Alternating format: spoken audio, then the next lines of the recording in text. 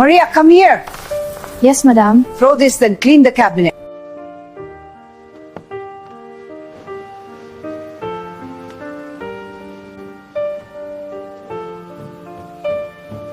Tuloy pa din ang trabaho ni Maria sa bansang Banyaga.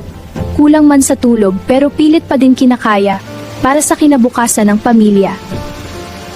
Nananakit man ang katawan pero pilit nilalabanan. Maibigay at makamtan lang ang magandang buhay na inaasam ng kanyang pamilya. Tinawag si Maria ng kanyang amo dahil may ipapatapon sa kanya. Maria, come here.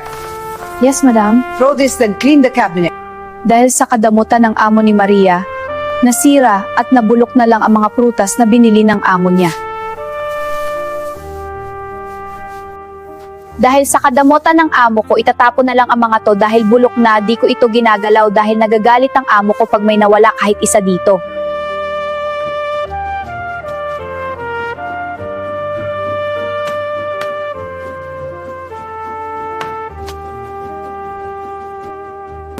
Sayang lang ang mga prutas na yun nasira lang, hindi man lang napakinabangan dahil sa kadamutan ng amo ko.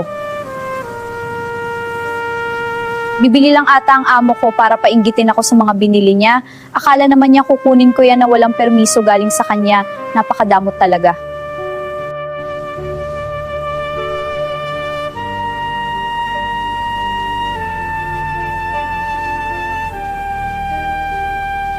Idol, baka pwedeng pa-share ng video ko? Sobrang laking tulong na po yan sa akin, Idol.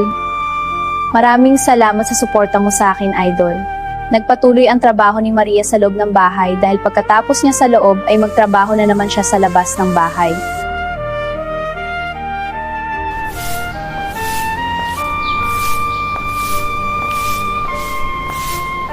Dito sa bansang Banyaga, dapat matibay ang loob mo. Dahil dito, puno ng hirap sa pagtatrabaho, pangungulila sa pamilya at pagtitiis sa amo mo.